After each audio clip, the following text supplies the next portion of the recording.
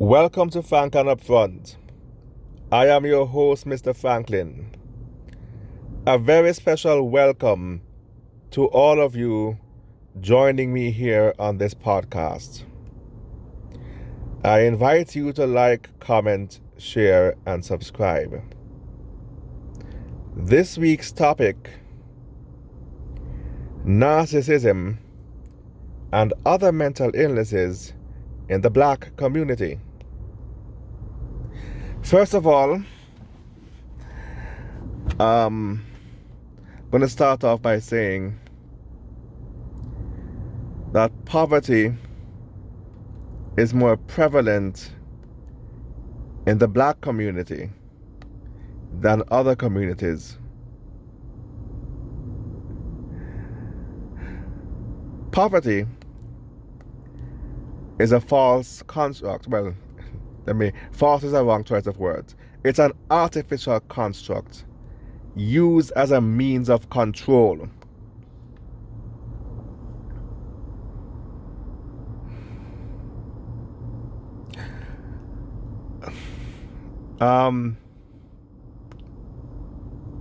Poverty is a state of mind.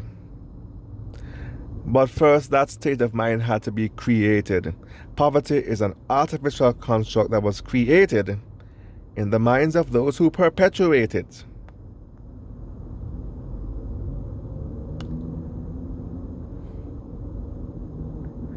But then who created poverty?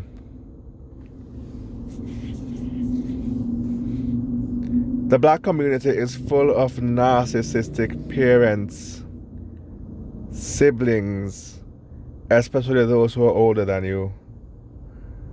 But those who are younger can be against you too. The black sheep in these families, so-called black sheep, don't accept that label. The so-called black sheep of those families is usually the most ambitious one, who wants to fight against the status quo that was created to oppress him. These people become excessively envious and jealous of you, and they start doing dumb, petty shit to hold you back in life. And these are your own blood that's doing this to you, your own so-called family.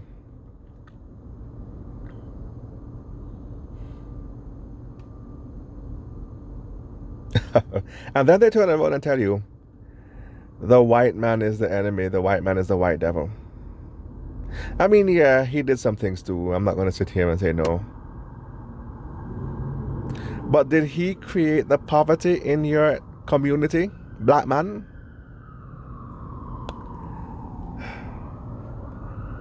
Well, perhaps historically he did. But the white man doesn't have to do that now in the present. You know why? Because your own people are doing it for him, so he could take a break and go out to lunch and laugh at us destroying each other like a bunch of idiots. And he doesn't have to lift a finger. Your own family. How is it? How is it? And I don't want to go off on a rant here, but it sounds like it's getting ranty because I have a lot to say on this topic. I hope the video won't be very long. I'll try and cut it off at about 20 or so minutes, as always. How is it that the most ambitious person in the family, who wants to break the family curse and break the generational curse, the poverty curse, and all those curses, how is it that he's the one who is the black sheep? I never hear nothing gossip from the day I born. Something can gossip? Can something go like that? Only mad people alone me know would label as a black sheep he who is most ambitious. This is young man. If you are still young and you're in school, or maybe you're fresh out of high school and looking for your next gig, listen to me. This is not normal. This cannot be normal. How are you the black sheep and you're the one with the ideas to lift yourself out of poverty? And it's not like as if you're going to leave everybody else behind. You'll take them with you, most likely, wouldn't you?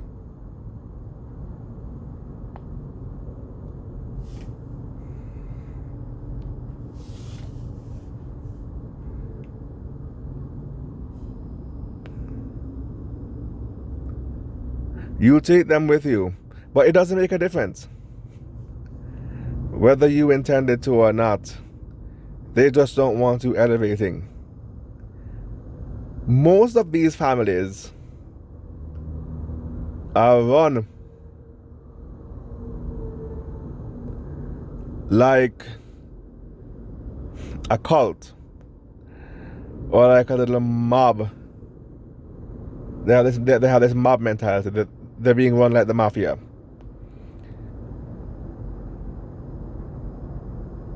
The grand supreme narcissist in the family decides who's rich and who's poor, who makes it and who doesn't, who go to school to be lawyers, doctors, and engineers, and who don't. And everybody got to get with the program or be excommunicated. I wish we'd be excommunicated, because at least then we'd have the freedom to go forth and do what we want. No, not excommunicated. That would be almost too easy. They know that's what they know. That's what we all really want. Not excommunicated. We'll be smeared. Our names dragged through the mud.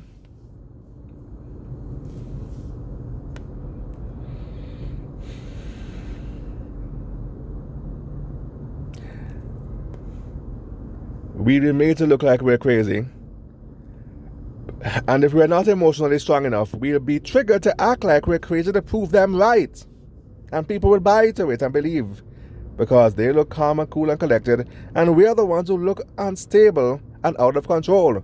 Why? Because we do not have control over our emotions. And our enemies, yes, I said it, our enemies are using that against us.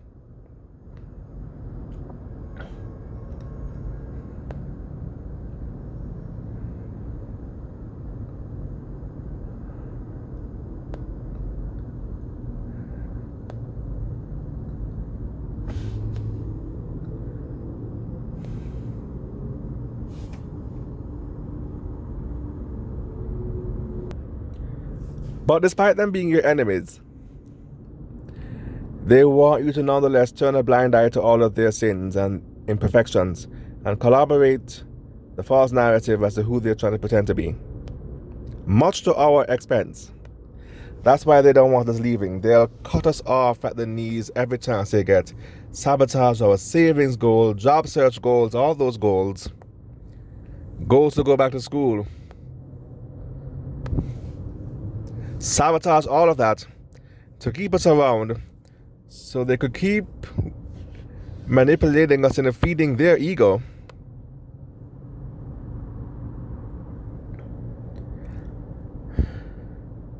In many cases, supporting them financially because they're so damn worthless and now an ambition.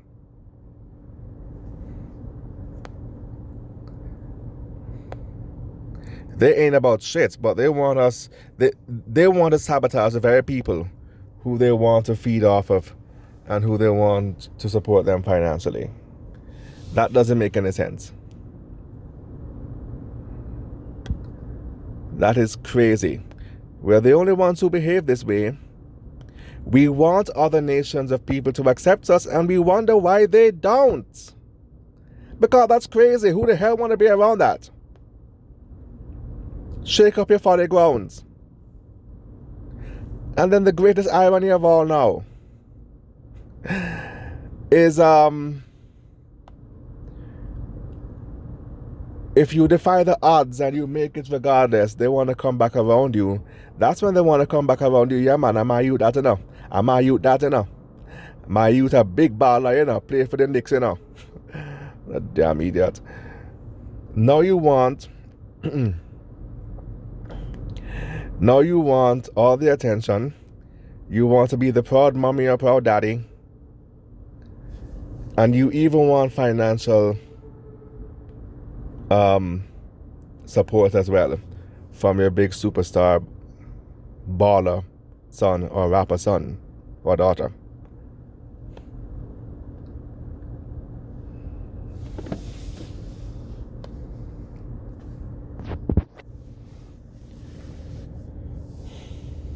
Look at the parents of Kobe Bryant. Apparently, he didn't speak to them for like 3 years because they tried to sell his memorabilia against his will. But that's his memorabilia. He had every right to sell or not sell it to whoever he damn well felt like. What's wrong with these people? This is the level of entitlement I'm talking about.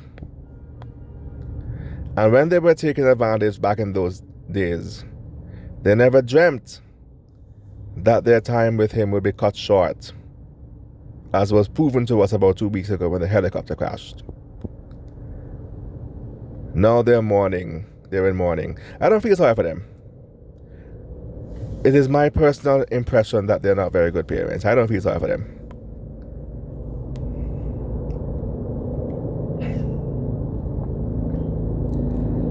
This is a lesson.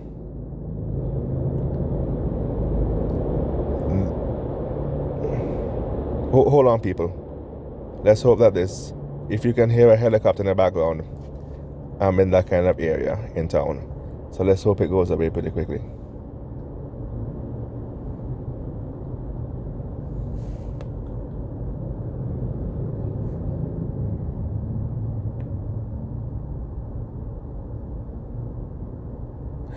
All right, I think we're in the clear now. I didn't mean to lose my train of thought. I was speaking about Kobe's parents, right? Yes, I don't particularly feel sorry for them. This needed to happen to them. This is the experience they need to have. And to set the example for black parents in general, not to take advantage of your children and feel entitled to them. Apparently this wasn't the first time that they had a disagreement. The first time was when he had gotten his wife pregnant before they were married, when they were both very young, and they disapproved. It is not their place to disapprove. He is a big man, that you know. At the time he might have been 20, 21. It is not your place to disapprove. Let the young people them live out their lives as they see fit. How dare you have a say in how him choose to live his life and who he choose to date and marry or what, and all these kind of things. You didn't respect his sovereignty then. And you don't respect his personal property insofar as the selling of his memorabilia is concerned. And you did all that without regard as to how much longer you had left with him, only for it to be proven to not be a very long time, and now you're in mourning. I don't mean to sound callous. I don't feel sorry for them. This is have the experience. Allow yourself to experience this pain, to change your mindset. And those of you others out there as well, who are watching all this unfold in the public eye, let this be a lesson to you. Stop taking your kids for granted. You don't know how much longer they have left, or how much longer you have left. We can be kinder. Many of you have real mental problems. I'm not saying them in particular. I'm saying in general now. Have real mental problems. Obviously, all of these things are signs of narcissism, NPD, whatever, right? But then you have other mental problems too, like depression and anxiety, and even schizophrenia and bipolar in some cases. All of this cocktail of mental problems combined. And how do you cope with that?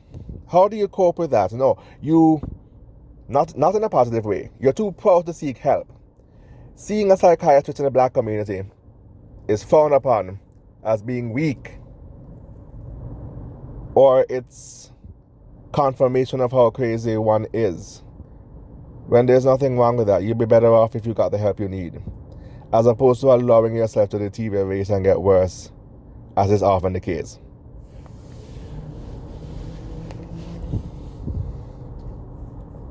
You don't want to get help in a healthy manner. You don't want to get professional help It is easier for you to appoint a scapegoat, to leech off her, feed off her, take out all your frustrations on, guilt that person into feeling obligated to you, to put their own adult lives on hold, to pander to you and dote on you. It is easier for you to do that than to get real professional help. Above all else, it is easier to sabotage your own adult children out of sheer envy for them and their potential than to get real professional help for which you will get better. We cannot progress as a people if this continues. We are already behind the other nations, and we'll only be tagging along further behind if this continues. The bullshit has to stop. This can't continue. And I encourage and empower every single young person struggling with discovering that you are the scapegoat of your family and trying to gain the courage to go no contact. I encourage you, if you know better, I encourage and empower you to go no contact. There is no guilt or shame in doing right by yourself and the future generations in your lineage, that they may not have to endure the dysfunctions that you and I know all too well. There is no shame in doing that. Many times the reason why we stay behind is because of hope. Hope is often the last thing to go. But you have to understand that these people don't want help. Many people think that narcissism cannot be cured. It isn't that NPD can't be cured. It's that they don't want to be cured. It benefits them to be manipulative and get control of people's lives and sabotage people's lives and convince people that those people are safe in their company, to make them drop their guard when they're really not safe. You're dropping your guard in the lion's den. It is beneficial for them to do these things so they can keep siphoning off your energy, literally off your life force that was meant for your sustenance, not theirs. And they're stealing it not fair and square, but under false pretense.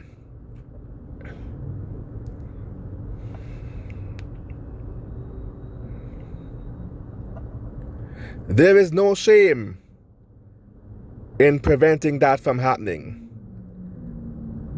Hope is often the last thing to go. They do not want help. They do not want to change. They just want to keep blaming you and feeding off of you. When you realize this to be true, the only hope is to go complete no contact from your family.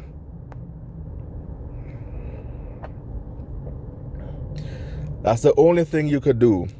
Do it, if not for yourself and your sanity, then certainly for the environment that will become the upbringing of your future kids yet to be conceived.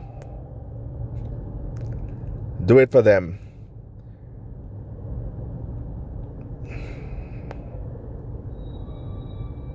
You know why you're different. You were meant to be the one to end the generational curse. That's why you're different. That's why you're not cut from the same cloth as they are, but yet somehow you're born in the same family that they were. You're born in the same family, but you're different. That's because you were the one who was meant to cut the generational curse. You are the chosen one. So am I.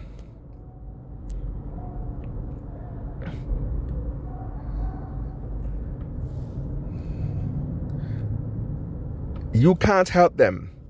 Them are some big old greyback, tough back people. You can't help them. Nor should you want to.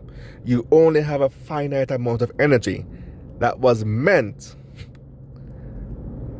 for yourself and your own sustenance, not for them.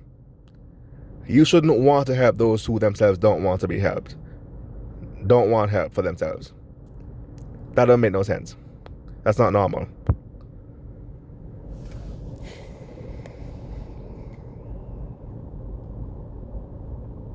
Use your finite amount of energy to help the ones who themselves are worthy of help.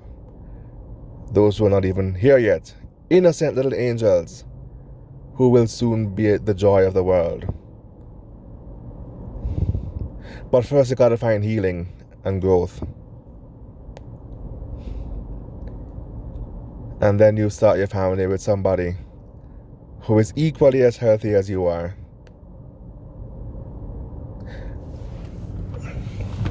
Where you can both be good parents to your children. Somebody who understands as well as you understand. You will have enough problems in your lives that will occur naturally without narcissism and mental illness being one of them.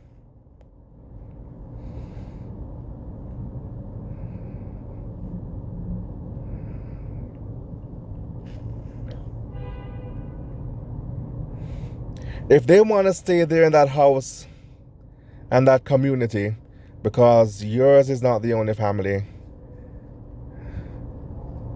there are other families in the community as well who are dysfunctional. So therefore the whole community is dysfunctional. Those of us who are the exception, we need to go no contact perhaps with the whole community, leave the community behind. Even if it means so-called watering down our lineage with other nations of people, or their DNA for that matter. Even if it means that. You know why it doesn't matter? Your physical race, because your spiritual blueprint is what matters. Doesn't matter who the race of people are. What matters is that you find somebody who is a member of your spiritual blueprint. And besides, if you're a man, don't worry about that. That child will be black because you are your father's seed, not your mother's egg. You are your father's seed. So that child, even if he's half white, half Asian, doesn't matter. You're his father, he's a black man. So don't worry about that. The race will not die, even if the physical appearance is watered down. That child will still have a stronger Afrocentric admixture for you being his father. Sometimes you really do have to go no contact with the whole community when you realize that nobody in the community wants help. They want to wallow away in theirs and each other's dysfunctions. Let them lock up in the house here and act crazy all they want. That's on them. You don't have to be a part of that. You find liberation, you find healing, you find help, and then you find somebody who's equally healthy. The universe will reward you for the work you have done on yourself by presenting you with somebody who is equally healed and equally healthy. And at that moment, you should know what to do with her when you meet her. This is why we continually preach SYSBM here on this program. Save yourself, black men. Very essential step in moving forward.